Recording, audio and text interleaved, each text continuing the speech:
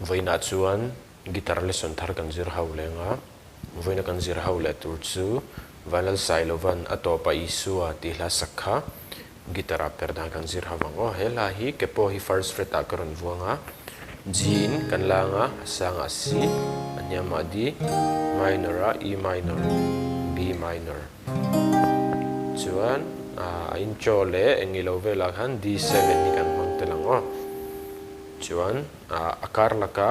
instrument a anron play accord mana kha chu karon ziak menga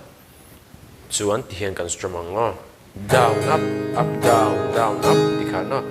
down up down down up down up down down na na na na na na na na e kan mangtel bokang na na na na na na